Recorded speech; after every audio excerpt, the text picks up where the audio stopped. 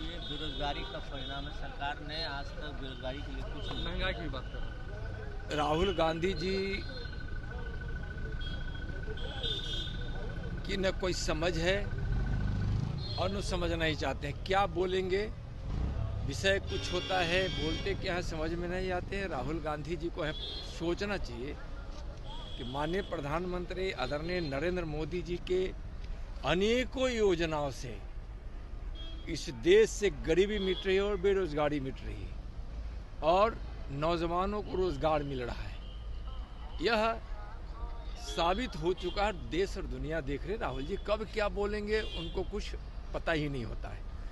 और अभी 3 राज्यों में भारतीय जनता पार्टी की भारी बहुमत से सरकार बनी है। माननीय प्रधानमंत्री जी का और भारतीय जनता पार्टी की यह सोच सबका साथ और सबका सम्मान कि आज तीनों राज्यों में जो मुख्यमंत्री बने हैं अनुसूचित जनजाति समाज, वंचित समाज से, आज पिछड़ा वर्ग से और सवर्ण वर्ग से, आज यह भारतीय जनता पार्टी की नीति को दर्शाता है।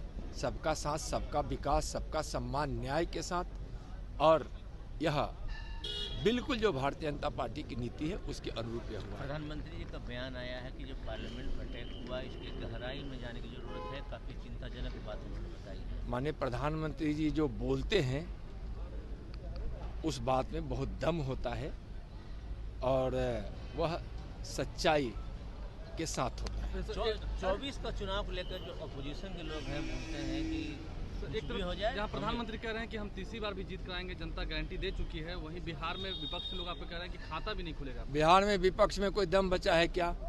आप देखे होंगे माननीय प्रधानमंत्री जी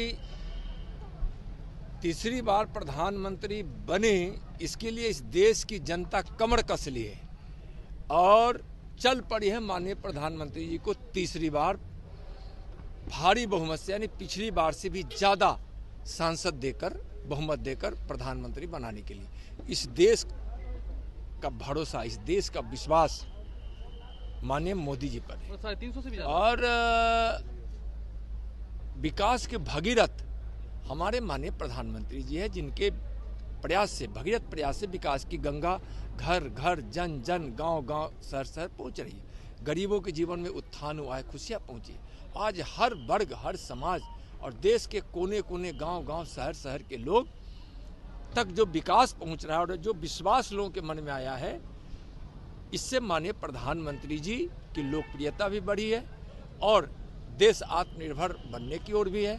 देश का मान सम्मान भी दुनिया में बढ़ा है और दुनिया के सबसे लोकप्रिय नेता आज हमारे प्रधानमंत्री जी है। 2024 में तीसरी बार भारी बहुमत के साथ वह प्रधानमंत्री बनेंगे और बिहार में महागठबंधन का, इंडी गठबंधन का सुपड़ा साफ होगा। 40 की 40 सीट भारतीय जनता पार्टी और एनडीए जीतेगी। 19 को बैठक इंडी गठबंधन की। उससे क्या होगा? उससे कुछ नहीं होने वाला। इस देश की जनता माननीय प्रधानमंत्री जी को प्रधानमंत्री बनाने के लिए एकजुट हो चुकी है और मंच पे कुछ नेता एकजुटता दिखाने की कोशिश कर रहे हैं और वह भी बेमन से बेमेल की यह जोड़ी है। सब जानते हैं, सब अपने अपने स्वार्थ में है।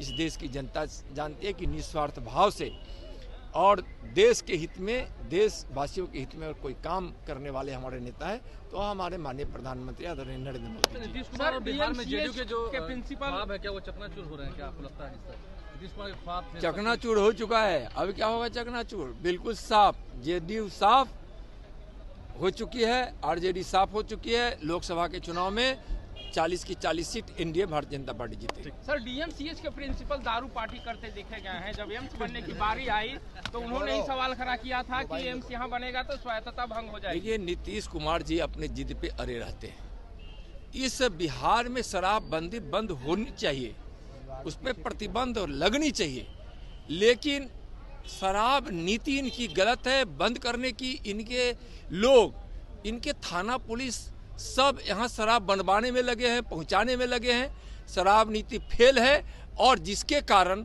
जहरीली शराब से हजारों लोगों की मौत हो चुकी है।